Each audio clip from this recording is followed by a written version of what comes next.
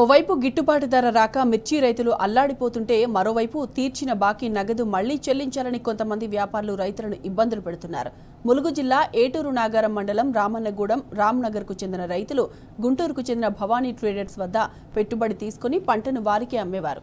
2018 నుండి 2020 వరకు పంటను అమ్మి అప్పు తీర్చారు. కానీ అప్పు తీర్చినట్లుగా రసీదులు తీసుకోలేదు. 2020లో భవానీ ట్రేడర్స్ యజమాని అనారోగ్యంతో మృతి చెందాడు.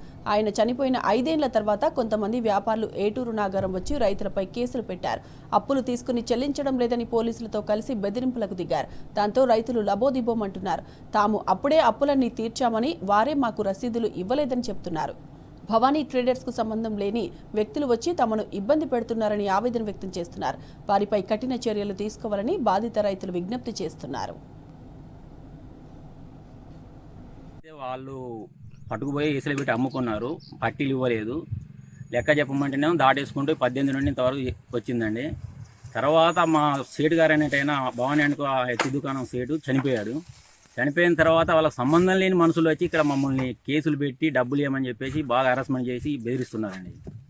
ఇలా చేస్తున్నారు వాళ్ళకి సంబంధం లేని మనుషులు. చెరుకూరు శ్రీనివాసుని, చెరుకూరు వెంకటేశ్వరరావు గారు, వీళ్ళిద్దరు వ్యక్తులు మమ్మల్ని బాగా భయభ్రాంతులకు గురి చేసి బాధ పెడుతున్నారు, మానసికంగా హింసిస్తున్నారు. స్టేషన్ నుండి ఆ గుంటూరు స్టేషన్కి తీసుకెళ్లి బాగా ఇబ్బంది పెడుతున్నారండి వీళ్ళు. నల్లపాడు పోలీస్ స్టేషన్ అండి. గత 10 సంవత్సరాల నుంచి భవానీ అండుకోకు మేము సరుకులు అంటే వాళ్ళు పెట్టుబడి ఇస్తూ ఉంటారు, మేము సరుకులు తోలుతూ ఉంటాం. గుంటూరు జిల్లా 2010 నుంచి 18 వరకు మేము లెక్కలు అయిపోయినాయి. వాళ్ళు ట్రాన్స్ఫర్ చేసింది కానీ మేము సరికేసింది కానీ అప్పటి వరకు లెక్కలు అయిపోయినాయి. 2019 నుంచి 19, 18, 19, 20 లెక్క 2 సంవత్సరాల లెక్క వాళ్ళ దగ్గర పెండింగ్ ఉన్నది. వాళ్ళు పైసలు ఇస్తూ ఉంటారు, మేము సరికేస్తూ ఉంటాం. వీళ్ళు 2018, 19 సరుకు 186 బస్తాలు మేలుగాయలు, 14 బస్తాలు తాలుగాయలు. దాని కింద మేము ఒక 5,25,000 ఆ సంవత్సరం తీసుకున్నా. మళ్ళీ 2వ సంవత్సరం కాయలు అట్లా ఉండగానే మళ్ళీ దాని కింద కూడా ఒక 50,000 రూపాయల పురుగు మందులు ఇప్పించిండు.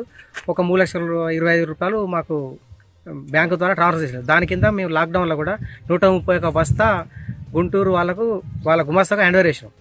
ఇప్పుడు లాక్డౌన్ నుంచి మాకు పెట్టుబడి పెట్టలేరు. పెట్టుబడి పెట్టకపోతే మేము ఇటు వరంగల్ పోతున్నాం.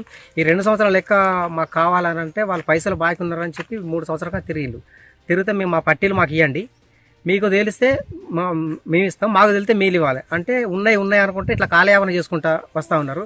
ఈ మధ్యలో ఆ భవానీ అనే వ్యక్తి చనిపోయిన తర్వాత ఇప్పుడు ఈ మధ్య కాలంలో నిన్న మొన్న అంటే చెరుకూరి గుంటూరు జిల్లా వాళ్ళు చెరుకూరి శ్రీనివాసరావు, చెరుకూరు వెంకటేశ్వరరావు వీళ్ళు ఏంటంటే ఆయన వీళ్ళకి సంబంధం లేని వ్యక్తులు. వీళ్ళు వచ్చి మా మీద కేసులు పెడుతూ మిమ్మల్ని ఏదైనా కూడా చేస్తాం మీరు ఏకపోతే అని చెప్పి మాకు రైతులని చాలా భయభ్రాంతులకు గురి చేస్తూ ఉన్నారు.